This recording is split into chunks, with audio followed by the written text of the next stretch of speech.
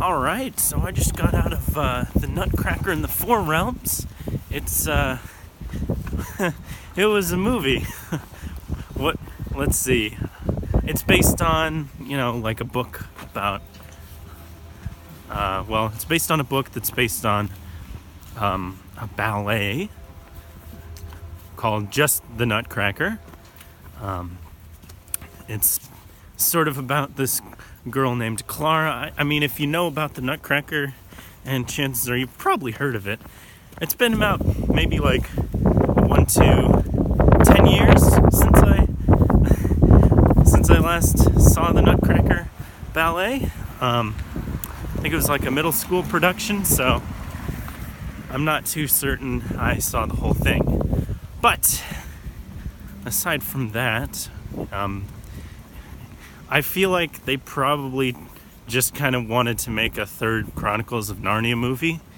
But the Chronicles of Narnia sequels didn't do so well. So they're like, okay, well we'll base it on the Nutcracker instead. I mean, look at the stories. You've got a protagonist who goes to a different world where time works differently. So, that's similar. You've got all these big budget special effects for all these zany characters. There's, I don't really want to spoil it too much, but the way they do, the Mouse King is really cool to watch. It might skeeve you out a little bit, but I liked it. And, they've got these huge realms of fantasy and wild stuff. There is, in fact, a fair amount of dancing in it. There's a whole scene where they basically do an excerpt from the Nutcracker ballet, as far as I can tell. So there's that. There's some actors I haven't seen before in this thing.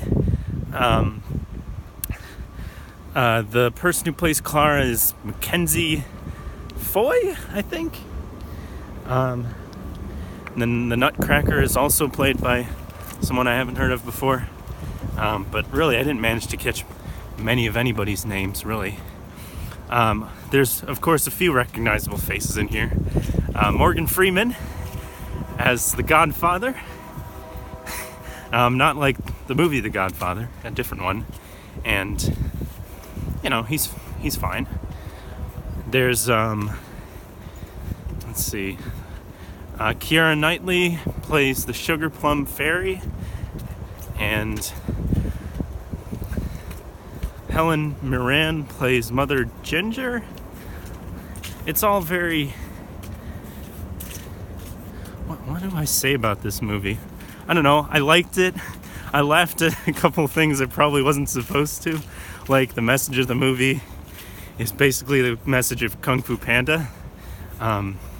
Right down to them ripping off the whole opening the MacGuffin to find a mirror in it. I mean, I'm sure that's probably been done before that movie, but it's, it's still pretty... It's pretty blatant, I even said, oh, there is no secret ingredient. Because it was so much of a ripoff of that. Let's see. I mean, it seemed to me that they probably did their own original story,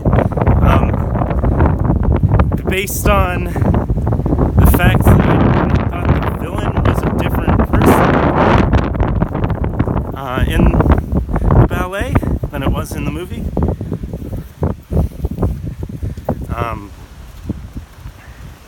They added in some stuff about Claire's mom being an inventor, which I guess maybe that was in the ballet, but if it was, I didn't pick up on it. And then they had one of my favorite scenes in which her mom tells her flat out, you see the world in a different way from everyone else. Which is great because it actually repeats something we already saw at the beginning of the movie when she's, doing a Rube Goldberg machine. And, it's clear from that. We already know that she sees the world differently from other people, but there you go. I guess they had to put that in there. As a character, I don't know that she was all that unique or memorable.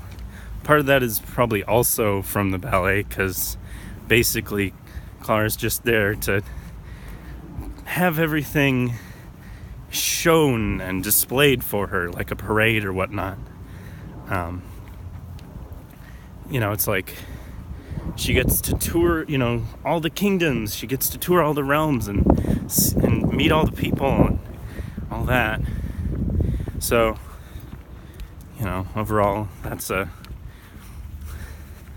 thing that happens. Let's see. The special effects were pretty good. There's like a CG character that actors have to look at, and thought they did a pretty good job of making sure the actors were actually looking at him, as well as the owl. The owl looked pretty good. It also kind of reminded me of the Alice in Wonderland reboot, because there's like another series of movies where the protagonist is going to a different world. Maybe that's just like a common trope in a certain kind of book. I don't know.